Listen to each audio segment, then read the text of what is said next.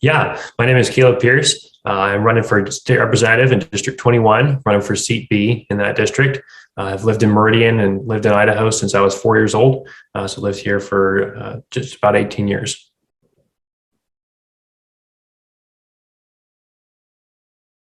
So my reason for running for office is to make sure that Idaho continues to stay the wonderful state that it is. I've been blessed to grow up right here in Meridian, in Idaho, in a state that values traditional family values, values freedom. And Idaho is really unique in that aspect. And when we look at our country, in that we still value our founding principles. And so I'm running to make sure that we protect those founding principles and to make sure that our community, Meridian, remains conservative and allows people the freedom to live, to work in the community, to start a small business, and to raise their family in a way that they choose to do so. And that's really important to have a community that values traditional family values and allows people the freedom to make their own choices. And so I'm running to make sure that we can continue to protect that culture right here in Meridian.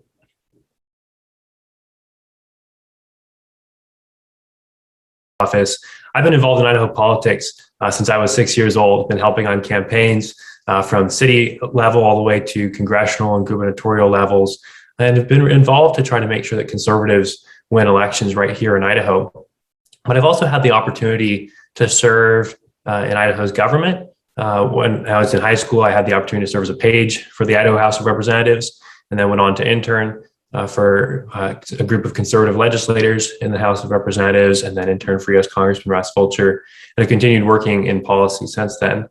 And so with those experiences, I had the opportunity to research and draft and help present legislation on conservative issues to the House and the Senate.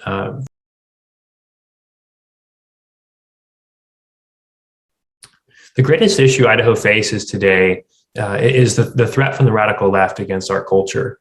We're in a battle more than simply particular policy issues, but we're in a battle really for the basic idea of freedom and liberty versus government rule, and an idea of socialism and Marxism and critical race theory that we see being spread.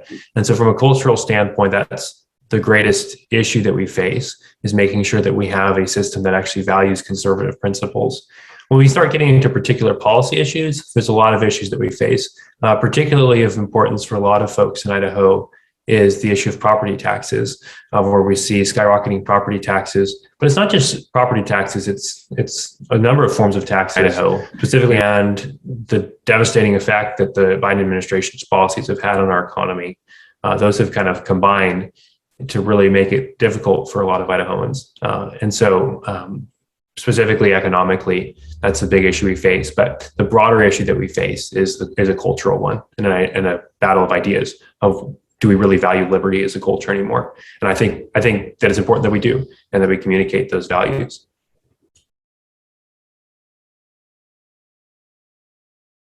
Change, and that would clearly be the response to COVID-19. Certainly when COVID-19 came out, it was a new virus. People were concerned about it, but the response, unfortunately, left a lot of people in a really difficult position, where instead of focusing on allowing individuals to make their own choices, to respond as they felt, the focus was on mandates. And we've seen businesses being declared as not essential and others being declared as essential. And that type of response really hurt a lot of businesses and hurt a lot of small business owners. And as a small business owner myself, I can see how devastating it can be when those types of arbitrary determinations are made. And so that's probably the number one response, or number one issue that the state has done, that I would have changed the response to allow for more individual choice to make their own choices for how to handle the pandemic. And I think that there's two different approaches that you can take when looking at economic, and especially with trade policy. And the one is that the government gets more involved and promotes business. And the other is that the government allows individuals to make their own choices. And the latter option is definitely the option that I prefer. So when it comes to allowing the economy to grow, it's really removing the shackles from the free market and allowing individuals to make their own decisions, allowing businesses to make their own decisions. And that starts with lowering taxes and allowing individuals and businesses to have more of their money in their pocket to spend, specifically in these economically challenging times. It also comes with lowering regulations.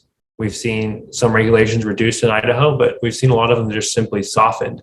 And it's important to really drill into these regulations and start removing regulations rather than just weakening them, because a weakened regulation is still regulation. And it's important that we look at ways to remove the shackles of government off of businesses so that they can really thrive. So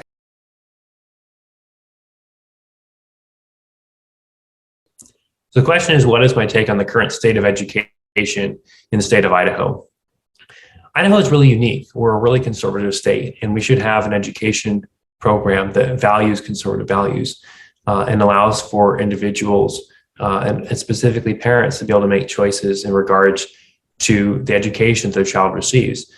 And unfortunately, there's improvements that are needed. And the answer isn't generally just throwing more money at the system. And while certainly we need to make sure that the education system in Idaho is funded and fully funded, there's a constitutional obligation to make sure that there is a public education system. One that really thrives is one that gives parents choice, one that allows for parents to choose where their child goes to school, and whether that's between public schools or whether that is allowing for flexibility and allowing for parents to be able to send their children to private schools or to homeschool. And so it's important that our education system prioritize those values and make sure that school resources are spent accordingly.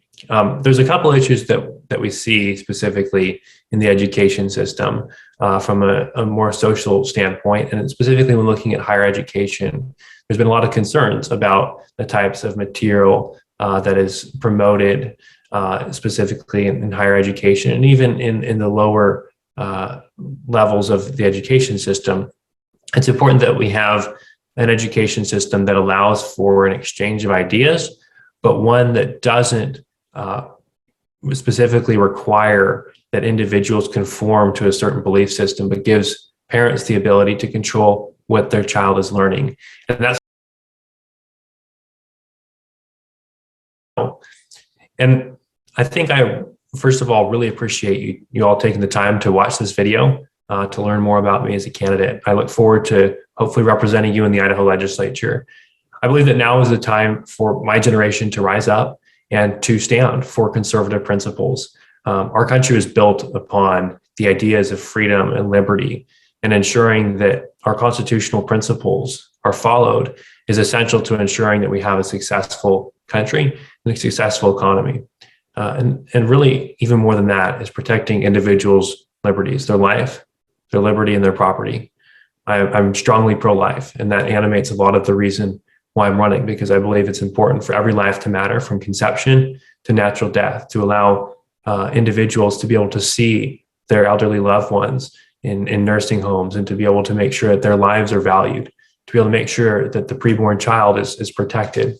And it starts, ultimately, the rights start with the most fundamental right, which is the right to life. When it comes to right to liberty, I'm fully supportive of the liberties specifically mentioned in our Constitution, as well as the individual liberties that aren't mentioned by name, but that are implied in our Constitution and that are protected based off of the idea of liberty. And those include an individual's right to speak freely, the right to worship, the right to assemble, things that we see in the First Amendment, includes the Second Amendment. The Second Amendment is pretty clear. The right of the people to keep and bear arms shall not be infringed. And it's important that individuals have the ability to protect themselves in our society. If you have any questions, don't hesitate to reach out to me. You can do that through my website, calebforidaho.com. My contact information is there, and we would love for you to reach out if you have any questions.